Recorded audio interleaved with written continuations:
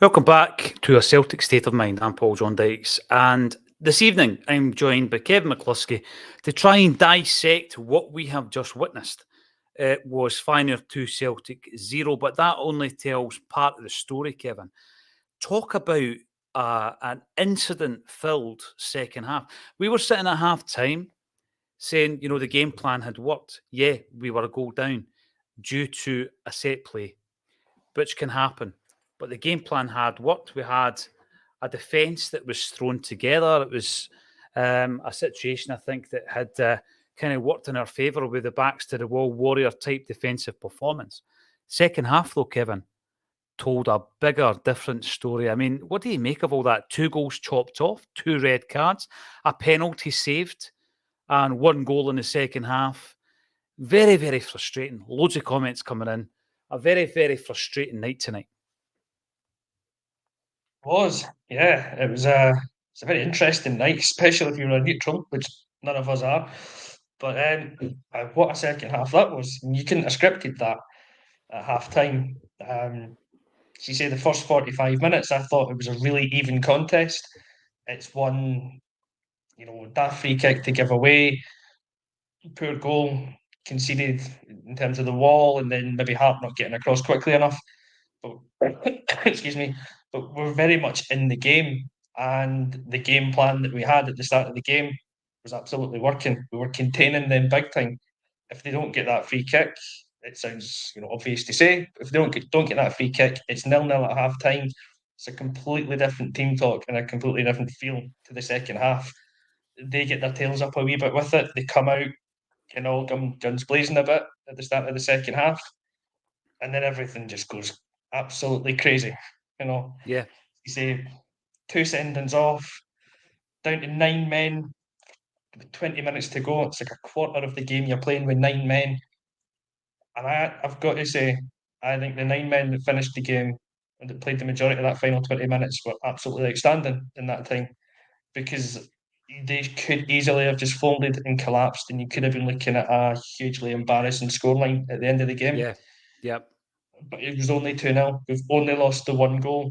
Yeah, there was 2 goals that were disallowed, and they're very, very borderline tight calls. Probably without VAR, they're both given, but VAR's called them, and I think he's called them right by millimetres, but doesn't matter. Called it right. I think the lads that finished the game can be quite proud of their efforts. But what just an absolutely insane 45 minutes we've just witnessed.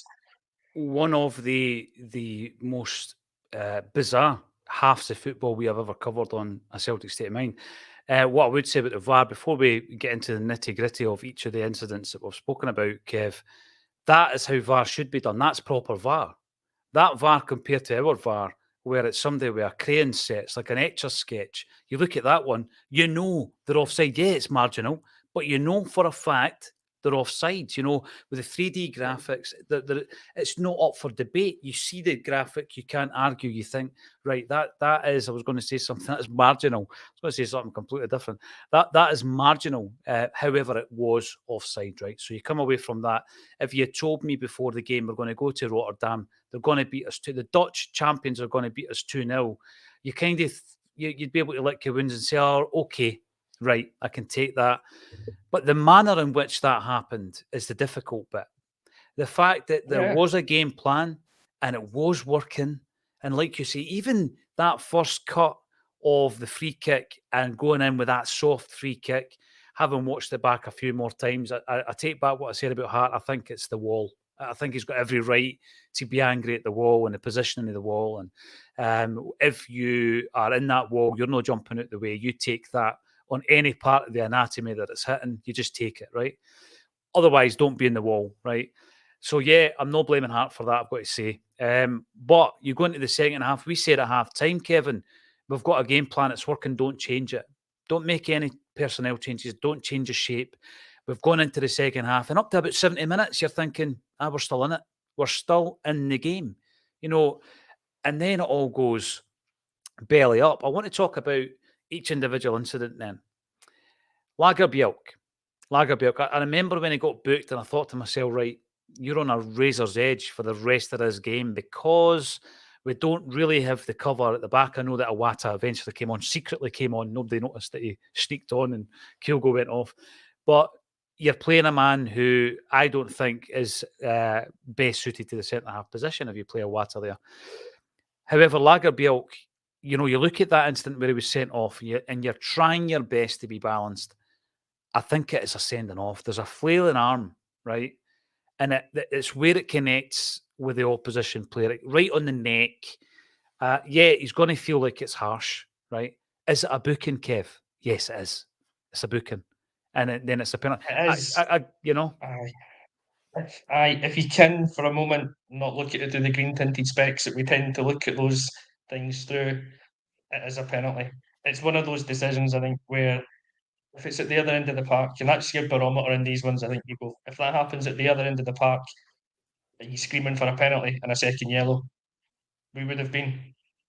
So I think we've got to expect and accept that will happen at the other end.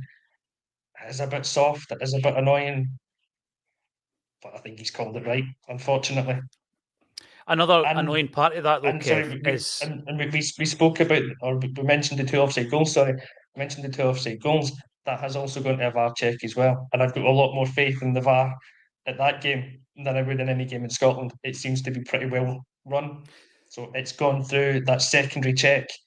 It's still a red card. I agree. I do agree. And I know there's going to be people disappointed and disagreeing with that, but I do agree. But what I would say about that red card to Lagerbielke, he's inexperienced at this level. It's his first game, right? At this level. And one of the frustrating things for me is coming into this season, I was looking forward to seeing how this team was going to be developing in season 3. And what I mean by that is it was Angie's team, and we were going to go into our third European campaign, and it was going to be good to see how we've improved or otherwise since last season. Last season, there's a number of players making their Champions League debuts. We spoke about this earlier on today in the bulletin. And then the second season, they're galvanised by the fact that they've had 4, 5 or 6 appearances in the Champions League.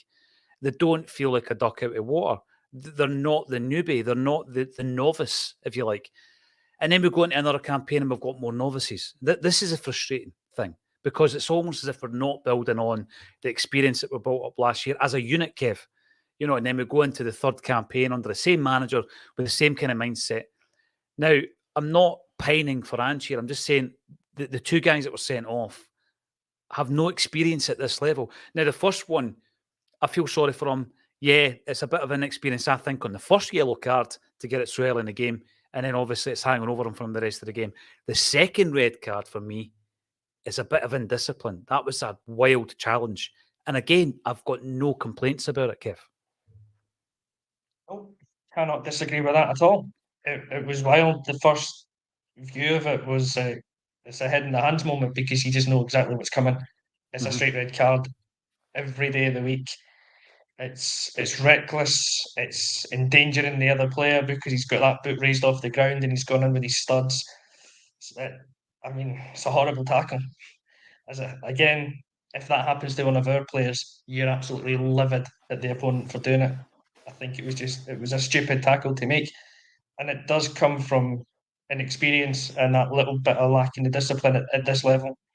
So you've got to hope that home will learn from that when he gets his next chance in a couple of games' time, because that'll be him out for at least 1, maybe 2 games.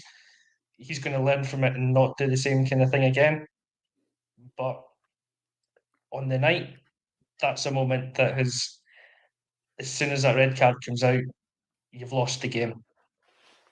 One man down and a goal down, having just had a penalty kick saved, you've got a chance that you can maybe get back in it still. You can regroup. As soon as you go down to 9 men, it's game over. And that's why I say at the top of the show, the guys that played those remaining 20 minutes to a man are heroes in a sense, because they didn't fold, they didn't collapse, and they stuck to their task incredibly well. You're right, because it then looks like a 4, 5, 6. If the discipline goes within that final, the remaining 9 players, then it could get really, really embarrassing. And in terms of how we improve during this campaign, Kev, a goal could be a killer in terms of goal difference and how the league placings end in this particular group. I'm not writing off our group chances at this moment in time. People might think I'm bonkers for saying it. I'm not throwing the baby out with the bathwater here. There were so many circumstances working against us. Self-inflicted, by the way. Self-inflicted situation. But I want to talk about a few of the other performers. Let's talk about Brendan for a moment then. What's Brendan learned from the team that he put out tonight? Does he regret the decision to play Hatate? Does he regret the decision to play Palma? I don't think he does, to be honest with you. It is easy to look at the players that underperformed and go that you regret playing them, but that comes from hindsight. So, I mean, we talked before the game. I did say I probably wouldn't start Hatate. My boy I would have started was home, and look what happened there. You know, I think he's sent off 5 minutes after coming on. I don't think you regret that starting 11 because the starting 11 played a very strong and good first 45 minutes. They played to the game plan. A couple of players might have underperformed in the half, but on the whole, the team played well. So I don't think you regret the team that started the game. I don't think he has very many regrets, personally, from the game. You know, 11 against 11, we were equal to them. It's individual errors that have cost us. I don't think we made any tactical mistakes. I don't think we made any mistakes with substitutions. We were all excited to see Palmer start the game. So I think every one of us would have picked him. That he didn't perform, it can happen, you know. So I don't think there's anything that he needs to learn that way or regret. I think what they need to do is just working on things like keeping that in-game discipline, which is the thing that's cost us today. You know, when Lagerbielke gets sent off, and you think to yourself, right, up to that point, things are working. You know, in terms of the game plan, things are working. Yeah, you're not ahead in the game, you're not level in the game, but the game plan's working. And Lagerbielke getting sent off, you think there's still a glimmer of hope there. The minute the second player gets sent off, and you notice the vast difference of having two players fewer than Feyenoord, you think, as you say, damage limitation. So I think there's going to be some, galvanisation effect, if you like, from the remaining 9, and Brendan Rodgers will be proud of those guys. He's going to have to come out and be pretty positive in the post-match. You can't throw anybody under a bus tonight because you've got 2 inexperienced guys getting sent off. You've got Palmer making his Champions League debut. You can't allow him to sink because he never had a great game, because you've got to pick them up, not just domestically, but, when we're on that kind of stage again, Kevin. Yeah. If you think back to last season, the opening games, I think Jota was one of our biggest disappointments in the Champions League games. And we know Jota's a great player. So everyone can have a bad game. It is what happens every now and again. So yeah, you don't throw Palma under the bus for that. You probably take him under your wing and tell him everything's going to be okay, and that he's going to start at the weekend because you've got faith and you've got confidence in him. You know, this is where Brendan's man management will come to the fore, I think, and I think that is one of his strengths. A lot of folks have said that before. He's able to get the best out of players because he gets to know the player. And I think that's what he's going to do. Yeah, there will be no throwing of anyone under a bus after this. It will be protect the players that finish the game. And I think he'll do what we're doing just now, and he'll talk up the game plan from that first 45 minutes. And you take a lot of confidence from that. I agree with what you'd said as well, that I don't by any manner of means think that this means we're out of the group already. We're in a group this year, thinking about it. Last year, sorry, we had Real Madrid, we had RB Leipzig, and we had Shakhtar Donetsk. We were miles behind a team like Real Madrid in every aspect, but we gave them at least 60 minutes of a good game. I think we competed well against Leipzig over the 2 games. Didn't get the results, but we competed fairly well, and we should have done better against Donetsk. This season, the gap between us as the top 4 team and Feyenoord as the top 1 team is pretty close, actually. I don't think there's that much in it. And the first 45 minutes showed it. Lazio and Atletico Madrid drew 1-1 tonight, but only a point behind them. It's not as if we're 3 behind any of them. And I think, especially at Celtic Park, If we can keep it to 11 against 11 for the full 90 minutes, I think we can give all three teams a game. And that's where I'm looking for us to pick up the bulk of our points. We're still very much in it. There's still, despite a disappointing result, some positives that you can take from this, and you have to. I will You've got build to in it for the try. next game. You've got to try. You're You've against the absolutely got pot one to. team. You're away from home, Kev. And when I say a makeshift defence, I'm talking about the fact that there's no option there. Right? I know that they've played 3 No, games on the bounce, 2.5 games. We've had 3 shutouts. I get it. But they're a makeshift defence because there's no other option. You know, we've ended up having to throw a water back in there when we're down to 9. So you're in the pot, you're against the pot one team away from home, makeshift defence. You come away with 2 red cards having been beaten 2-0. So you're right, you've got to be able to try and look at some kind of positives. People might think you're mad for doing it, but I'm looking at that situation tonight and I'm thinking everything that could have gone wrong tonight has gone wrong. There's not going to be yeah, many games like that you're going to have to face. As I say, I've never seen a half of football like that whilst Axom's been streaming every game in the last, I think this is our 4th season. Yeah, this is the 4th season that we've been doing the games. I've never seen a game of football so incident packed, so many decisions going against you, but also a couple of them falling in your favour, and rightly so. Let's get some of the thoughts of the commenters. And yes, Joe Hart did save a penalty. Let's give him loads of plaudits for that as well. The Kurgan, how many times is this going to happen in Europe before we get our act together? Players are just not good enough at European level. We still haven't replaced Jota, and it tells. Now, yeah, we haven't. We haven't. And you know what? We can't because Jota left Celtic as a £25 million player. So what we need to do is going into that category on the financial page and saying that, you know, we've got to develop a player maybe over 2 seasons to possibly be as good and as high a standard as Jota. We can't replace him. But what we have to replace him with is someone that can take on their man. And I think that we've tried to do that by bringing in some of these players. Palmer was like a rabbit in the headlights in the first half, Kev. But he's a player that we're going to have to try and build his confidence up. You know, he had what 20 minutes against Dundee to prepare for this. This is a different level of football for him. So you know, I don't think we were fully prepared. Some of that is self-inflicted. Some of it is just bad luck with the injuries, Kev. yeah, that sums it up. There's things we could have had a stronger transfer window, Mm-hmm. without a doubt, and we could have come into this game with a stronger team that was better prepared for it. We didn't have to wait until the last minute to sign somebody like Palmer. I'm sure we could have had him or someone else in the door earlier. We didn't, but there's no point bleating about that in a sense now because the transfer window's gone. You've got to deal with what you've got. Selling Jota when we did was not planned. So I reckon that maybe we've looked at bringing in somebody then like Tilio or Yang as a long-term replacement, but working a season under Jota or with him, and then he was going to come in next season because I think the plan was probably we're letting him go at the end of this season. So things like that you maybe can't always plan for, and you definitely can't plan for the injury crisis that we've had at the back. You know, we've got 3 or 4 centre backs injured that would have started today if they were fit.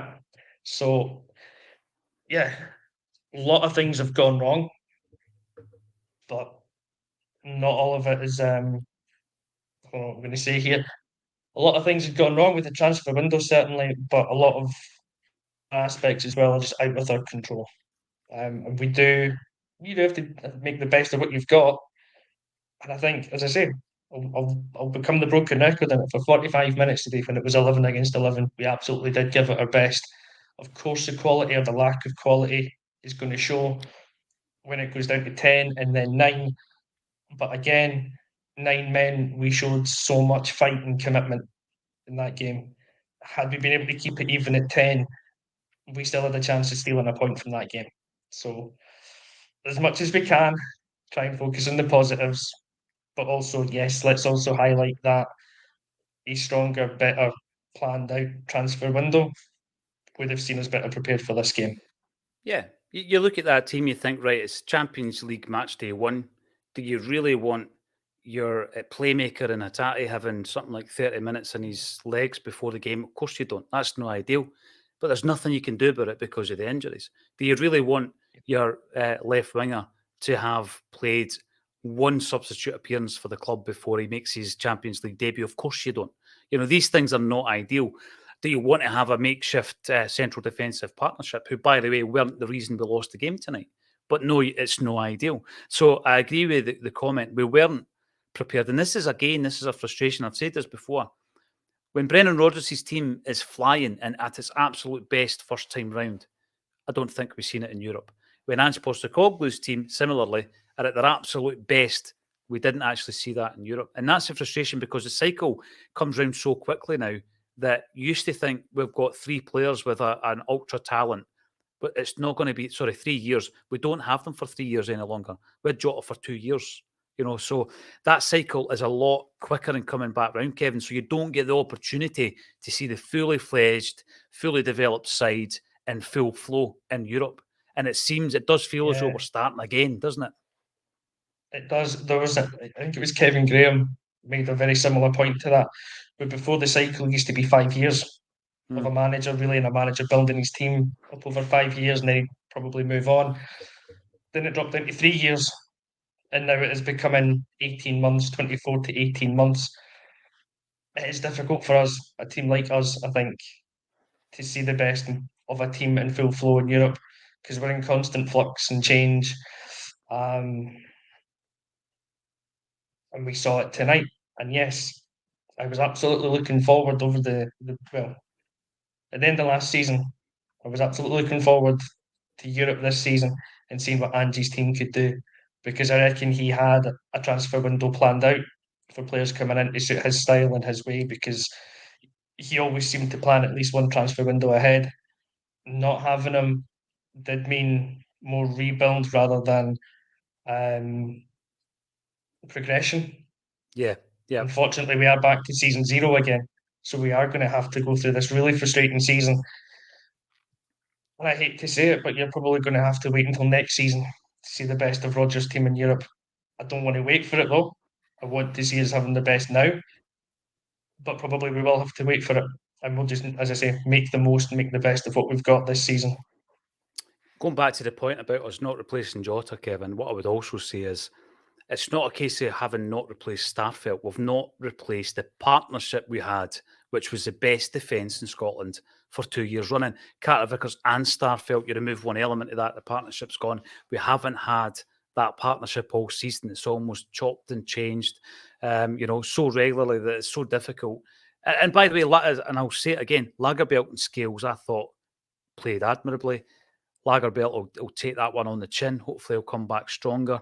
But we've not had the partnership that we relied upon so much over the 2 years, and we've not got Jota, who is a game changer. He's a match winner. He's a creative player who can do something in a match like tonight. So yeah, we are missing him. No, we're not as strong as we were last season. I don't think there's any doubt in that now. Sean Fairley, desperately trying to stay positive. So are we. The performance before the first goal gave me hope that we can compete in this group. And I think that's what we're saying, Kevin. We're saying, listen, we're not giving up yet, because there's going to be occasions where we go in with a full strength lineup at home and you get a completely different outcome. Yeah, of course we will. And you can't really discuss the last 20 minutes with any give it any real analysis on it in that way, because it wasn't an even game. You're playing with 2 men down. So there's no point really discussing that. That was a lost game. All you can say is the guys that played the game in that time gave it their all and were brilliant. Up until that point, we were matching the team. And yes, once we get everybody fit, once we get our full strength team back, I think we can give everyone a game for the full 90. And at home, 60,000 Celtic fans behind you, got to be confident that we win at least one game, maybe 2, and that might be enough to get us 3rd place, which I think is a realistic goal for us to get. Well, I'm going to put it in there. Yeah, I agree with that, and I think that we're going to get stronger with regards to the injury concerns. And I don't just mean the ones that are out tonight. Guys like Hatate who are not fully up to speed yet. We had that discussion before the game. I would have played Hatate. I'm not saying it was a mistake, but obviously, a fully firing Hatate is a completely different beast in the Celtic side. Noel Doran, The Lager red card was a bit soft, and their lad made a meal of going down. But home deserved to walk, unfortunately. I agree with that. I think there was an element of rashness in the tackle. I think that he did have the studs up, Kev, but almost the second contact was worse, where he's made contact with just underside of the knee. So one way or another, he's going. And when you see the replay, it doesn't look any better. David Boyle, the naivety of us in Europe is depressing. Even when not outclassed, we shoot ourselves in the foot. Yeah, there's a self-inflicted, self-destructive element to tonight's performance, Kevin, which makes it all the more frustrating. And Liam Reid... There was, and even... So I was going to say, even in the first half, even in the first half when we were playing well, what was going to cost us the game, if anything, was individual errors or that kind of hard passing it short every time instead of going long when you really should have. Players trying the risky pass 30 yards from our goal instead of maybe playing something a bit safer. Feyenoord didn't create anything in the first 45 minutes. Not that I really remember. It was from self-inflicted mistakes. So again, a reason to kind of be a bit more positive about things. Yeah, definitely. Liam Reid is saying the summer transfer window has backfired on us majorly. Brendan has not had enough time to gel these players. Yeah, totally. We shouldn't be scrambling to bring players in the last couple of days. And I would add to that, Liam, it's something we've spoken about over the last week. Not only was I disappointed with this summer's transfer window, Kevin, talking about the type of players who can make an immediate impact, I also think last season's transfers were not up to scratch. So we've gone into this season probably with maybe 2 players who have made an impact in Alistair Johnston and O, and the rest of them are up for debate. And I include Awata in there, Haksabanovic, Bernabe, Siegrist, Kobayashi, all these guys where you've brought in a lot of bodies there, Kev, and you're thinking to yourself, these are the guys that should have bedded themselves in. They should have been, there's half a dozen players there who should have been part of this team, and they're nowhere near it. So yeah, poor transfer window, absolutely take that. But I also would add season 2 under Ange wasn't good enough in the recruitment stakes. Jean-Paul II, all very well having a hefty bank balance, but they were there for the taking tonight, and this is what so-called projects get you. Yeah, we're trying not to use the word project because we know that it's difficult to say what's a project and what's not. And I think James made a good point.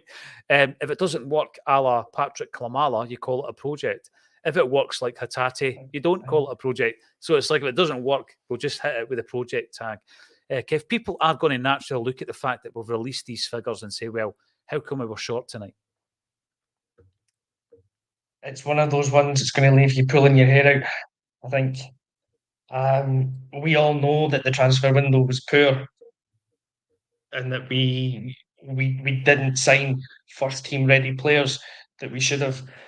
And there was a point during the transfer window when we were playing in Japan and I was really calm and relaxed about it because we'd made a few of the early signings and we were bringing in like Kwon and Yang, like home, Tilio would come in by then and you're going, oh, this is fine. We're bringing in, for want of a better word, then those project players, those development players that are going to ease their way in over the course of a season or so. By the end of the transfer window, we'll make the 3-4 big signings that we need. And then they just never came. And we all know the areas we need to strengthen. We all know the amount of money that we need to spend in it. And no one's asking for 10, 15 million pound signings. If we can go and make a few 5, 6, 7, 8 million pound signings, then that would make a big difference to the team. So that's very annoying in the first place. And then when you see, yes, is it 71 million pounds cash in the bank? It's absolutely pulling your hair out time. If you just think we'd spent another 10, 15 million, it's not to do anything in Scotland. It's to make an impact in Europe, which is where the ambition should be. So very frustrating. I can understand why the club wants to have cash in the bank because there are things that you need to prepare for, like a poor season in Europe. Self-fulfilling prophecy, though, by not spending the money in the first place. It is developing Celtic Park. It is developing Barrowfield. There's lots of good things they'll do with the money. But as fans, first and foremost, you want to see the money spent on players on the pitch. You do. And it didn't you happen. do. You know, the thing with me is it's not as though we haven't spent money. I know that obviously with the incomings You look at the net, and I get that. But I've always been of the view that if you're spending 20 million quid, right, buy 3 players and make sure the players are in that second category, which is making immediate impact in the team. Now, unless something exceptional comes along in terms of a player you can develop, unless Matt O'Reilly or a Rio Atati, because it's not with hindsight. I mean, obviously, Ange Postecoglou knew the value of Rio Atati. Matt O'Reilly's figures obviously were showing that this guy had supreme potential. I remember Ange Postecoglou talking about the fact that he was not on the radar, but it was presented to him at such a stage, Kev, where £1.5 million was a no-brainer for Matt O'Reilly. I get that, that there are players who, at that time that we bought them, they were more of a sure bet. Nothing's 100% certain, but they were more of a sure bet. I just think we were at a stage where it shouldn't have been 75, 80% developing players and 20% instant impact players. I think that after winning a treble and going into your Champions League group, you were looking, I certainly was as a Celtic fan, looking for 2 or 3 players of the ilk of your Carter Vickers, Abada, Starfelt, that level. And I know Abada was young when we brought him in, but you know what he did. He wasn't a project. He wasn't a guy that you thought to yourself, what happens if it doesn't work out? Oh, he was already an international footballer. So I think that the concern for me, you're bringing in a Kwon, for example. Kwon's nowhere near ready to play for Celtic's first team. So I would have much rather have brought in 3 rather than 10. That's my point. And make sure that they're guys that you can put straight into the team tonight. Yeah, and that makes absolute sense. That's exactly what you should be doing with the money, especially this summer of all summers, when you've basically been given £25 million of free cash to go and spend. Because as I say, I don't think the plan was to sell Jota this summer. I think it's to do it next summer. So you've got £25 million a year ahead of schedule. Go and spend it on first team ready players. You can spend whatever money you wanted to on the development type players because you have this extra free money. Just go and use it wisely. And we didn't. And for us, a club like us at our size, if we do want to develop, exactly, if you're spending 20 million, the guts of that's got to go on players that are first team ready because that's the way that we'll get better. Mm-hmm. It's not by always investing in the development type of player. So there was too much of that, I think. That was the problem, wasn't it? Yeah, I'm talking myself now to being very, very disappointed and frustrated with that transfer window, even more than I thought I was. Mm-hmm. But this is when it comes back and bites and really gets you, because questions that you'll get asked before the Champions League really starts is the squad strong enough to win the league? 100%, I think it is. Is it strong enough to make an impact in Europe? Probably not. And why not? Because we didn't make the most of the chance that we had to invest in the summer. Yeah, you're right. And there's been so many occasions in the past where you've gone into a Champions League campaign with £10 million worth of new signings sitting on the bench because we signed them too late. You remember Julien and Bolingoli? Remember him? And Callum McGregor's playing left back that night, and you've got £10 million of signings. It's the timing. It's just poor planning for these big games, and then you're left with a what if kind of feeling after the game. AJSC Tech, we performed well and the game plan was working, so some positives. Yeah, I totally agree with that. And Joe McCusker, 1 win in 22 Champions League games, 16 losses. You cannot argue with that, Joe. It's simply not good enough. David Docherty, European Groundhog Day, feels a bit like that. John McLaughlin, it's always self-inflicted. That's exactly what we're talking about. We'll be screaming about it all pre-season. And then you've got Mick saying we were toe-to-toe with them in the first half. Right. I think that we've been as balanced as we can, as disappointing as it is tonight. Big shout out to Natasha and her sister and and everybody else that we saw on the screen in that second half. Did you see them? Acsom TV on in the second half. Yeah. Group there, yes. Yeah, absolutely. Yes, there was Acsom gets everywhere. I know, there was a few others in that crowd somewhere. So safe travels for everybody coming home. Hopefully you had a great time over in Rotterdam. The fans do Celtic proud all over Europe. So that was fantastic. And 1,500 of you on the live stream. Thanks very much for getting involved. We'll be back no matter what. We'll be back tomorrow at 12:30 for the bulletin. I'll be joined by Big John Hughes and also James McKenzie, who is currently working on the blog, so you can check that out later on tonight. All it's left for me to say, Kevin McCluskey, thank you for joining me on A Celtic State of Mind. Nice one. Cheers.